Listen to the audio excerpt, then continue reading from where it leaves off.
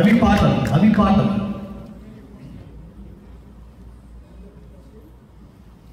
మీ పిల్లలు పాటలు నేర్చుకోవాలనుకుంటున్నారు అనుకోండి, ఇవి నేర్పించండి.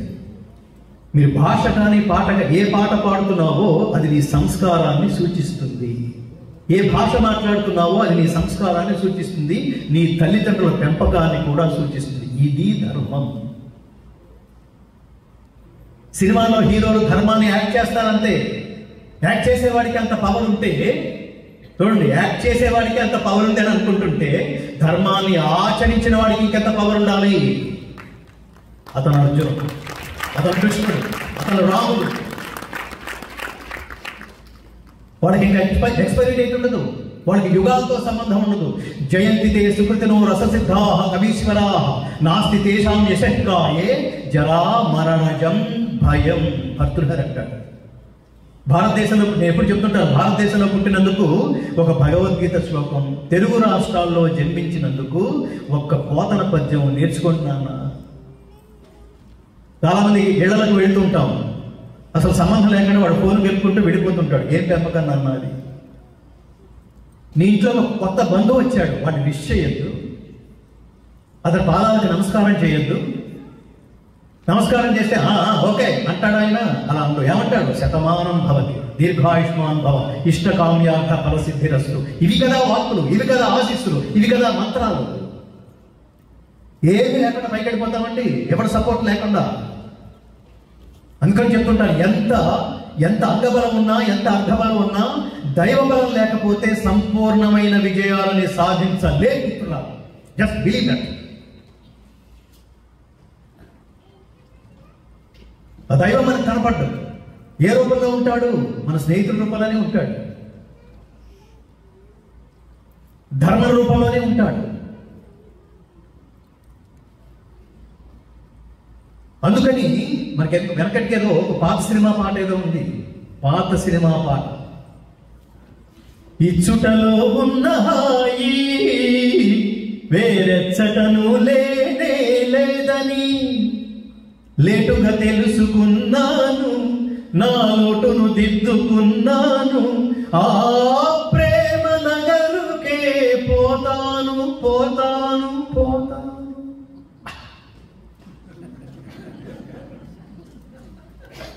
ఎవడికి రాశాడు అది? మందు కొట్టేసిన వాడికి రాశాడు. కానీ మందు కొట్టిన వాడికి రాసిన అందులో గొప్ప వేదాంతం ఉంది మిత్రుల. వేదాంతం అంటే ఉపనిషత్తుల సారాంశం. ఏమిటో తెలుసా? ఇచ్చుటలో ఉన్న హాయి వేరెచ్చటను లేనే లేదని. ఇవ్వడం తెలుసుకోరాన్నా? నిరంతరం తీసుకునేవాడు దరిద్రుడు, ముష్టివాడు. ఇవ్వడం తెలిసిన వాడే యోగి.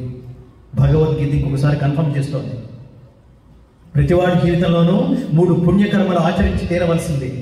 యజ్ఞదాన తపకర్మ నత్యాజ్యం కార్యమేవ తత్ యజ్ఞోదానం తపశ్చైవ పావనాని మనీషిణాం. యజ్ఞము, దానము, తపస్సు. మనిషి పుట్టినప్పటి నుంచి వెళ్ళిపోయే లోపల ఈ 3 పుణ్యకర్మలు ఆచరించి తీరవలసిందే. యజ్ఞము ఎవరి కోసం? దేవతల కోసం. చేస్తే ఏమొస్తుంది? యజ్ఞ తాలూకు ఫలితం హవిస్సుని స్వీకరించి నీకేం కావాలో అది ధర్మబద్ధం అయితే ఇచ్చేస్తారు దేవతలు. వాళ్ళకి జీవం ఏమిటి, వాళ్ళకి ఆయుష్ ఏమిటి, వాళ్ళకి ఆనందం ఏమిటి, వాళ్ళకి ఆరోగ్యం ఏమిటి? యజ్ఞం తాలూకు ఫలము. దాని హవిస్సు అంటాం. రెండవది ఏమిటి? దానము. దానము అది పుణ్యకర్మ. పుణ్యకర్మ. డబ్బంతా ఎవరి దగ్గర ఉంది? దుర్యోధనుడి దగ్గర. పేరు ఎవరికి వచ్చింది? కర్ణుడికి. ఏం పేరు వచ్చింది? దాన కర్ణుడు. ఈ దానం చేసిన డబ్బంతా ఎవరిది? వీడిది కాదు, దుర్యోధనుడు. ఏమిటి వీడిద్దరికీ తేడా? వీడికి సద్బుద్ధి ఉంది, వాడికి లేదని. వాడికి లేదని. ఒకటి దగ్గర రూపాయి ఉండదు, కొన్ని వందల ప్రోగ్రాంలు చేసేస్తుంటాడు. స్వామి వివేకానంద అంటాడు, మిత్రులారా, నిజమైన శాశ్వతమైన ఆనందం అంటే ఏమిటంటే మన వల్ల ప్రయోజనం పొందిన వాళ్ళ కళ్ళల్లో కనిపించే ఆనందం చూసి ఆనందించడమే నిజమైన శాశ్వతం. ఏమి కొటేషన్స్ అయ్యాయి? అదే ఆనందం అంటే. ఆ కిక్కే వేరబ్బా అంటాను చూడండి. ఈ కిక్ అంటే దానం చేశావు మర్చిపోయావు, సహాయం చేశావు మర్చిపోయావు. కొంతకాలం తర్వాత ఎప్పుడో వాడు కనిపించాడు, గురువుగారు మీరు ఆ రోజు మీరు మాట్లాడిన మాటకి, లేదా మహాత్మా మీరు ఆ రోజు నాకు చేసిన సహాయానికి ఇవాళ ఈ స్థితిలో ఉన్నా అని రోడ్డు మీద అంత ట్రాఫిక్ ఉన్నా సాష్టాంగ పడిపోయాడు. కళ్ళు తుడుచుకున్నాం ఇలా. ఏమి ఆనందం అది! ఇవ్వడం తెలుసుకోవాలి. మీ దగ్గర 100 ఉందా? 10 సమాజం ఇది కాదు. కొన్ని పదాలు, కొన్ని మంత్రతుల్యమైన పదాలు తెలుసుకుంటే జీవితం సెటిల్ అయిపోయినట్టే. జీవితం అంటే ఏమిటో పూర్తిగా అర్థమైపోయినట్టే. అది చెప్తుంది వేదం. వేదం ఎంతమందికి తెలుసు? ఎంతమంది వచ్చు? ఎంతమందికి వచ్చు అంటే ఎవరు మాట్లాడడం మనం, కానీ అందరికీ వచ్చు, అందరికీ తెలుసు. వేదాల సారాంశం అంతా, వేదాలు 4 భాగాలుగా వర్గీకరించబడ్డాయి వేదాన్ని అర్థం చేసుకోవడానికి.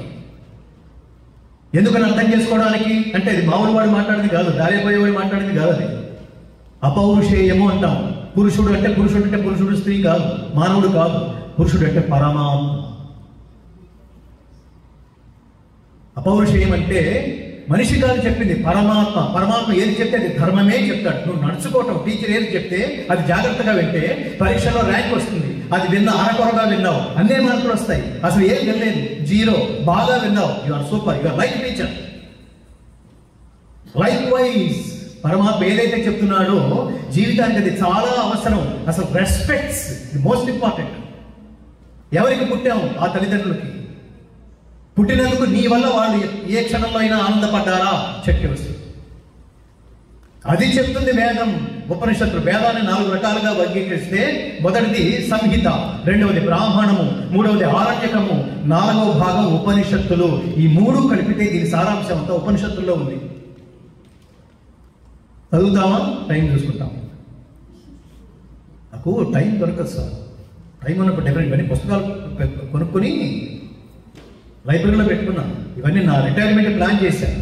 వాడు ఎంత దారుణం ఉండేది మాట్లాడేది అంటే అప్పటిదాకా ఉంటాడని వీడి గ్యారంటీ. ఎంత ఓవర్ కాన్ఫిడెన్స్. ఈ మధ్యలో కంగ్రాచులేషన్స్ అయ్యి ఒకసారి ఈ కరోనా అన్న డాక్టర్ ఒక నిమిషం.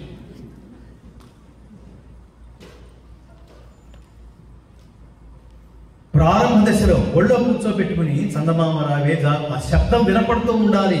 ఎప్పుడు అడుగుతుంటాను నన్ను, భగవద్గీత ఏ వయస్సు నుంచి నేర్పించాలి అంటే, ఏ వయస్సు నుంచి ఏమిటి? తల్లి గర్భంలో ఉన్నప్పుడే మొదలెట్టు.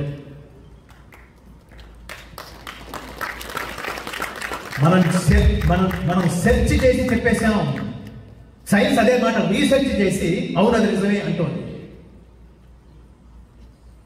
ఆ మధ్యన పేపర్లో వచ్చింది ఏమిటి? తల్లి బిడ్డలో, తల్లి గర్భంలో ఉన్న బిడ్డ బయట నుంచి ప్రతి వైబ్రేషన్, ప్రతి మాట వింటూనే ఉంటాడు అని. వాడు పుడుతూనే సంస్కారవంతుడుగా పుడతాడు. విష్ణు సహస్రనామం వింటూ ఉండండి, చెత్తా చెదారం కాదది. డాల్బీ అట్మాస్ థియేటర్లోకి వెళ్ళి పుష్పాటును చూపించకండి, కడుపుతో ఉండి పోతున్నారు అలాగే.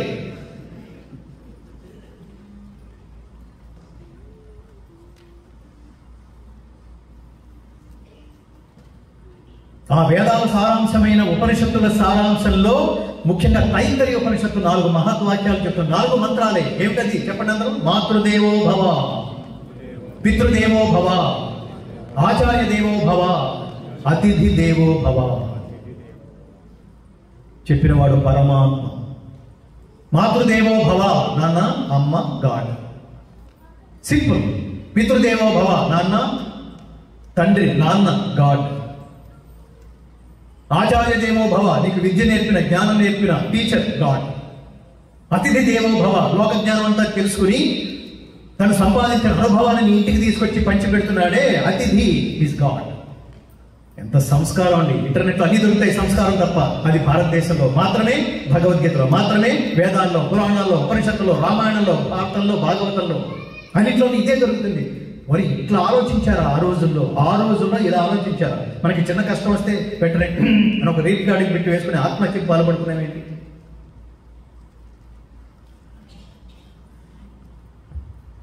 తెల్లవారితే పట్టాభిషిక్తుడు కావాలి శ్రీరామచంద్రుడు, తెల్లవారితే హంసతులికా తలపాలపైన భోగం అనుభవించాలి సీతమ్మ. గెటౌట్ అన్నారు అరణ్యానికి. అలాగే అన్నాడు ఆయన, చెక్కు చెదలని చిరునవ్వుతో. ఏంటన్నా ఎక్స్ప్రెషన్ మారలేదు అన్నాడు సోదరుడు లక్ష్మణుడు. దీనినే స్థిత ప్రజ్ఞత్వం అందురు అన్నాడు ఆయన. సుఖ దుఃఖే సమీకృత్వా లాభాలాభౌ జయే జయాజయౌ.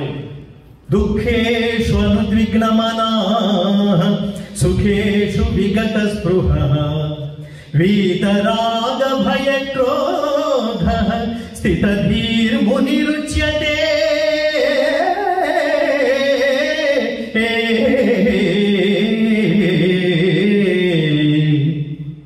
నాన్న, జీవితం అంటే ఏంటో తెలుసా? జీవితాన్ని నీ నడక ఎలా ప్రయాణం సాగాలో తెలుసా?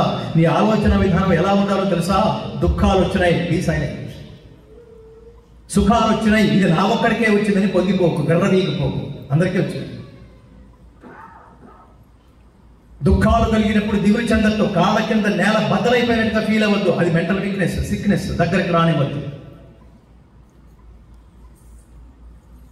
ఆగమాపాయినో నిత్యాః తాం స్థితిక్షస్వ భారత. దుఃఖాలు గాని సుఖాలు గాని రెండు పాసింగ్ క్లౌడ్స్ లాంటివే, వస్తాయి పోతాయి. జీవితం అంతే. బాల్యం ఉందా ఇప్పుడు నీ దగ్గర? లేదు. ఏమైంది తర్వాత? యవ్వనం. తర్వాత ఏమైంది? కౌమారం. తర్వాత ఏమైంది? నడి వయస్సు. తర్వాత ఏమైంది? వృద్ధాప్యం. తర్వాత ఏమొచ్చింది? మరణం. ఒక్క జీవితంలో ఎన్ని మార్పులు మనలోనే చూసేసాం. ఏది మనతో ఉన్నది కూడా శాశ్వతంగా లేదే. తపస్సు చేస్తే దేవుడు ప్రత్యక్షం కాలేదంటే అర్థం దేవుడు లేడని కాదు. నేను దాదాపుగా 7 నెలల నుంచి తపస్సు చేస్తున్నానండి, ఆయన ప్రత్యక్షం కావట్లేదు. మేబీ ఆయన క్యాస్ట్ ఫీలింగ్ ఉండి ఉండొచ్చు. ఉంటుంది అట్లా. దేవుడు ప్రత్యక్షం కాలేదంటే దాని అర్థం నీ దేవుడు ప్రత్యక్షమయ్యేంత ఇంటెన్సిటీతో నువ్వు తపస్సు చేయలేదని అర్థం. పరీక్ష పాస్ అయినా ఫెయిల్ అయినా కూడా ఇదే సూత్రం వర్తిస్తుంది మిత్రుల. ర్యాంక్ వచ్చేంత చదవలేదన్నమాట. ఎందుకు ఏడుస్తావు? ఇంకోసారి ట్రై చేయి, ఇంకోసారి ట్రై చేయి, ఇంకోసారి ట్రై చేయి.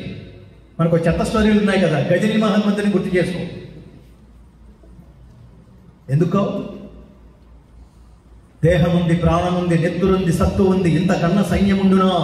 సిరివెన్నెల సీతారామ శాస్త్రి ఎన్ని గొప్ప పాఠం రాసి గొప్ప గొప్ప గొప్ప సందేశాలు ప్రపంచానికి అందించి వెళ్ళిపోయారండి మహాత్ములు.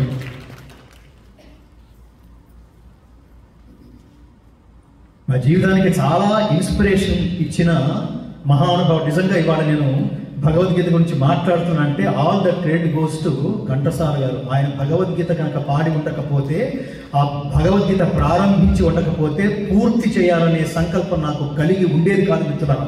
అది జీవితం అంటే, అది ఇన్స్పిరేషన్ అంటే. ఆయన ఎవరో నేను చూడలేదు, ఆయన నేను చూడలేదు. జీవితం అంటే అది. నువ్వు ఈ భూమి మీద ఉండక్కర్లేదు, నువ్వు చేసిన పని భవిష్యత్తులో కొన్ని కోట్ల మందికి స్ఫూర్తి కావాలి. అది రావు బతుకంటే, అది బతుకంటే. ఉన్న కాలంలో బతకడం జంతుజాలాలని బతికేస్తాయి. ఉన్న కాలంలో బతకడం, లేని కాలంలో బతకాలి. నహి కళ్యాణకృత కశ్చిత్ దుర్గతిని తాత గచ్చతి చెప్తోంది గీత 6వ అధ్యాయం. మంచి పనులు ఎన్నటికీ దుర్గతి పాలు కావు అర్జున. చేసే మంచి పని ఎన్నటికీ దుర్గతి పాలు కాదు. మంచి పని చేసేవాడు కూడా దుర్గతి పాలు కాడు. వాడు శాశ్వతం. త్యాగయ్య, క్షేత్రయ్య, అన్నమయ్య, రామదాసు, శ్రీకృష్ణదేవరాయలు ఉన్నారా ఇప్పుడు? వివేకానంద ఉన్నారా ఇప్పుడు? ఛత్రపతి శివాజీ ఉన్నారా ఇప్పుడు? లేకపోయినా గుర్తు చేసుకుంటున్నామంటే ఎంత యోగులై, ఎంత కర్మయోగులై ఉంటారు, ఎంత నిస్వార్థ నిష్కామ కర్మయోగులై ఉంటారు. ఎందుకని చెప్తుంటారు, తెలుగువాడు తపస్సు చేయకుండానే పరమాత్ముడు ప్రసాదించిన వరాలలో ఒక త్యాగయ్య, ఒక క్షేత్రయ్య, ఒక అన్నమయ్య, ఒక రామదాసు, ఒక ఘంటసాల కూడా తెలుగు జాతి వరం. ఆయన పిల్లలకు పరిచయం చేయండి, నెక్స్ట్ జనరేషన్.